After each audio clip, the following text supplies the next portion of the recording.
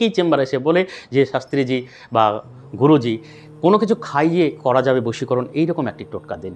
তাই যারা খাওয়াতে পারবেন তাদের জন্য এক প্রচণ্ড এবং শক্তিশালী মারাত্মক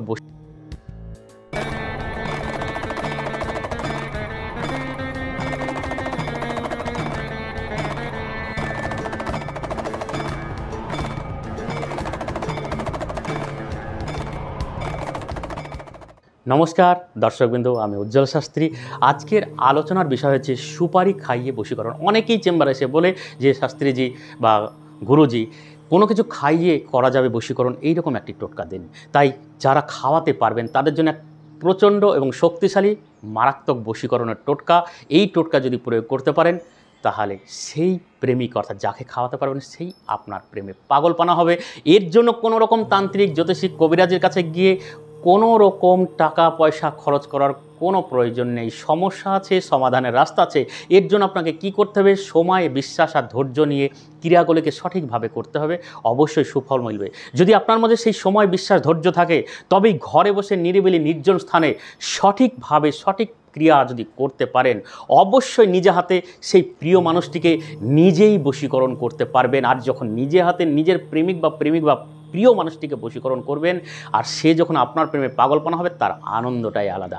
তাই এর জন্য কোনো রকম কোনো তান্ত্রিক জ্যোতিষিক কবিরাজের কোনো প্রয়োজন নেই। সমস্যা আছে, সমাধানের রাস্তা এখানেই পেয়ে যাবেন। ভিডিওটিকে ভালো করে দেখুন, ভিডিওতে যেমন যা বলছে ঠিক তেমনভাবেই বুঝে নিয়ে ক্রিয়াটি করুন, দেখুন ম্যাজিকের মতো ফলাফল পাবেন। যখন আপনার প্রেমিক বা প্রেমিকা বা আপনার মনের মানুষ যে আপনাকে দীর্ঘদিনের ভালোবাসা এতটাই ভালোবেসেছিল বা ভালোবাসত, আপনি কল্পনা করতে পারেননি যে সেই মহিলা বা প্রেমিকা আপনাকে ছেড়ে চলে যেতে পারে।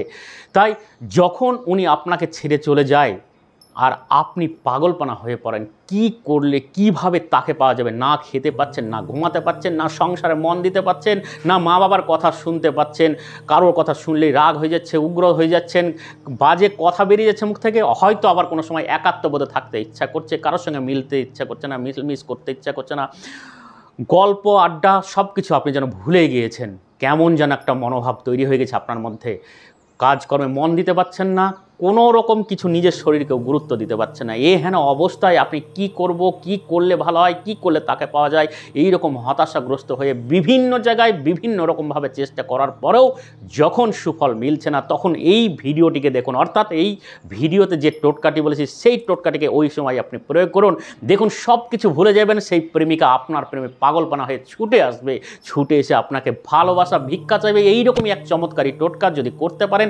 অবশ্যই ফলাফল পাবেন। কী করবেন? বাজার থেকে একটা যতটা পারেন ছোট সাইজের একটা সুপারি কিনে নিয়ে আসবেন। সেই সুপারিটাকে হাতে নিয়ে তার নাম স্মরণ করুন, করার পর একটি লাল কাপড়ের টুকরো লম্বা করে ধাগার মতো করে ছিঁড়ে নিন।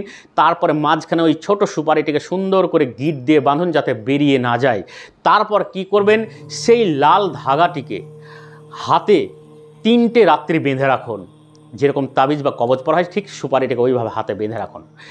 সুপারিটা বেঁধে রাখার পর 3টে রাত্রি পরে আপনি ওই সুপারিটিকে ভালো করে গুঁড়ো করে নিন। গুঁড়ো করে যে কোনো খাবারের মধ্যে সেই প্রিয় মানুষটিকে যে কোনোভাবে খাওয়ানোর চেষ্টা করুন, যে কোনো ভাবভঙ্গি বা অভিনয় নাটক করে খাইয়ে দিন। তারপর দেখুন কিছু দিনের মধ্যে যখন ওই ওষুধের ক্রিয়া শুরু হয়ে যাবে তখন সে আপনার প্রেমে এতটাই পাগলপানা হবে যা আপনি কল্পনা করছিলেন, ভাবছিলেন, স্বপ্ন দেখছিলেন যদি আমি এইরকমভাবে তাকে কাছে পেতাম কতই না আনন্দ হতো, ঠিক সেই বাস্তবটা আপনি পেয়ে যাবেন এই টোটকার মাধ্যমে। তাই সময় নষ্ট না করে, সুযোগ থাকতে, সময় থাকতে আপনি এই টোটকাটিকে কাজে লাগান আর প্রিয় মানুষটিকে মনের মতো ভাবে আপনার প্রেমে পাগলপানা করে আপনার বশীভূত করে নেন। তাই ভিডিওটি দেখার পর কারোর কোথাও কিছু যদি প্রশ্ন জেগে থাকে অবশ্যই ফোন নাম্বারে ফোন করে যোগাযোগ করুন আমার চেম্বারে। নমস্কার, ভালো থাকুন, সুস্থ থাকুন।